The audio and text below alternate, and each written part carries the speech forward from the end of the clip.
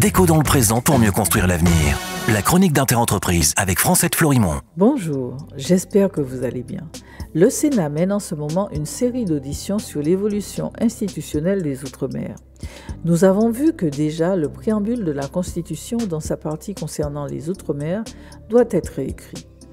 Lors de l'audition d'Harry Chalus, le président du Conseil régional de Guadeloupe, a apporté d'autres éclairages. Tout d'abord, bien qu'ayant signé l'appel de Fort-de-France, sa position est la suivante, je cite. « Je dois reconnaître que l'efficacité des politiques publiques ne repose pas uniquement sur une évolution institutionnelle ou statutaire. » Fin de citation. Oui, vous avez bien entendu. C'est la première fois depuis 25 ans qu'un élu de premier plan découple de manière aussi nette l'efficacité des politiques publiques de l'évolution institutionnelle ou constitutionnelle. Cette position est comme une remise à l'endroit des choses qui devraient permettre au vrai sujet d'arriver enfin sur le haut de la pile. Gabriel Serville, le président de la collectivité de Guyane, pense, lui, autrement. Je cite, « Une évolution statutaire sera un vrai levier pour un développement économique et social. » Fin de citation. Le meilleur attelage local doit se trouver entre ces deux positions. Lors de son audition, Harry Chalus a aussi rappelé que le premier objectif des élus en co-construction avec l'État doit être une meilleure efficacité des politiques publiques développées localement au bénéfice des populations. C'est selon lui la seule manière de recréer la confiance avec les populations. Pas besoin d'évolution statutaire pour atteindre cet objectif, selon le président du Conseil régional de Guadeloupe.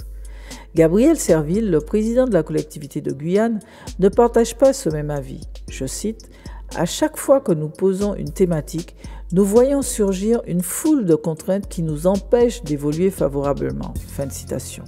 Ce mur de contraintes existerait pour l'environnement, la pêche, l'agriculture, l'énergie, la biodiversité, le logement, le carburant, etc. Précision, si la collectivité de Guyane veut plus de compétences dans les domaines que je viens de citer, elle veut aussi en remettre à l'État. Après le RSA, elle réfléchit en effet à rétrocéder à l'État la compétence concernant l'aide sociale à l'enfance qu'elle exerce aujourd'hui. En fait, lors des discussions avec l'ensemble des édilités et des responsables économiques des Outre-mer, au-delà de l'évolution institutionnelle, un fil rouge apparaît. En effet, si les relations sont globalement bonnes avec les préfets, son absence de réel pouvoir sur certains sujets, comme l'adaptation des normes à la réalité locale, notamment celles pour la construction, leur poids relatif face aux services déconcentrés de l'État que sont la DEA, l'ADEME, l'IFREMER, etc., font que la lourdeur, voire la rigidité administrative et législative sont réelles dans ces territoires, que les dossiers traînent en longueur lors des instructions et qu'une impression générale d'État dans l'État domine. En résumé, la gouvernance locale de l'État doit évoluer vers plus d'efficacité. Demain, nous poursuivons notre plongée dans les arcanes du pouvoir. Prenez soin de vous. Déco dans le présent pour mieux construire l'avenir. La chronique d'Interentreprise avec Francette Florimond.